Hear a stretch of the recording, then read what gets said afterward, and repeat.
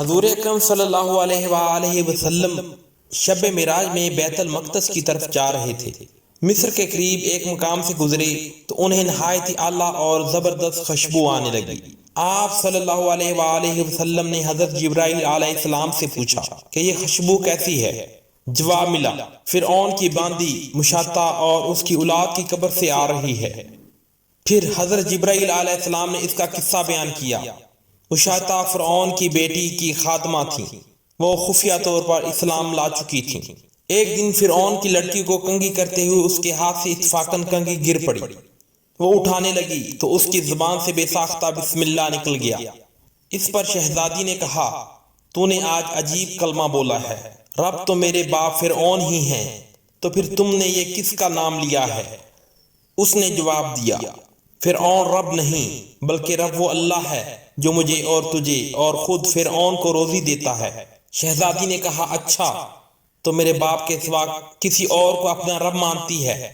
اس نے جواب دیا، ہاں میرا، تیرا اور تیرے باپ سب کا رب اللہ تعالیٰ ہی ہے۔ شہزادی نے اپنے باپ سے کہلوایا، وہ سخت غضبناک ہوا۔ اسی وقت اسے برسر دربار بلوایا گیا اور کہا، کیا تو میرے سوا کسی اور کو اپنا رب مانتی ہے؟ اس نے کہا، میرا اور تیرا رب اللہ تعالیٰ ہی ہے جو بلندیوں اور بزرگی والا ہے۔ فرعون نے اسی وقت حکم دیا کہ تانبے کی جو گائیں بنی ہوئی ہے اس کو خوب تپایا جائے۔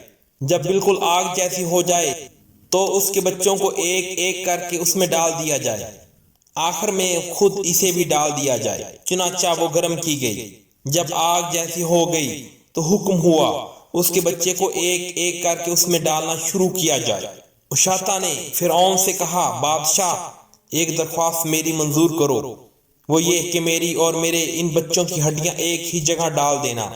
اس نے کہا، اچھا تیرے کچھ حقوق ہمارے ذمہ ہیں، اس لیے تمہاری یہ درخواست منظور کی جاتی ہے۔ اس کی دونوں بچیاں اس کی آنکھوں کے سامنے اس گرم تانبے میں ڈال دی گئیں اور وہ فوراً جل کر راکھ ہو گئیں۔ پھر سب سے چھوٹے کی باری آئی جو ماں کی چھاتی سے لگا ہوا دودھ پی رہا تھا۔ فرعون کے سپاہیوں نے اسے گھسیٹا اور اس نیک بندی کی آنکھوں تلے اندھیرا چھا گیا۔ اللہ تعالیٰ نے اس بچے کو اسی وقت زبان دی اور اس نے با آواز بلند کہا، اماں جان ذرا بھی پس و پیش نہ کر، حق پر جان دینا ہی سب سے بڑی نیکی ہے۔ چنانچہ انہیں صبر آ گیا، اس کے بچے کو بھی آگ میں ڈال دیا گیا اور آخر میں اس کی ماں کو بھی اسی آگ میں جلا دیا گیا۔ یہ خوشبو کی مہکیں اسی کے جنتی محل سے آ رہی ہیں۔ Thanks for watching my videos. Please like, subscribe and press the bell icon for upcoming videos. شکریہ۔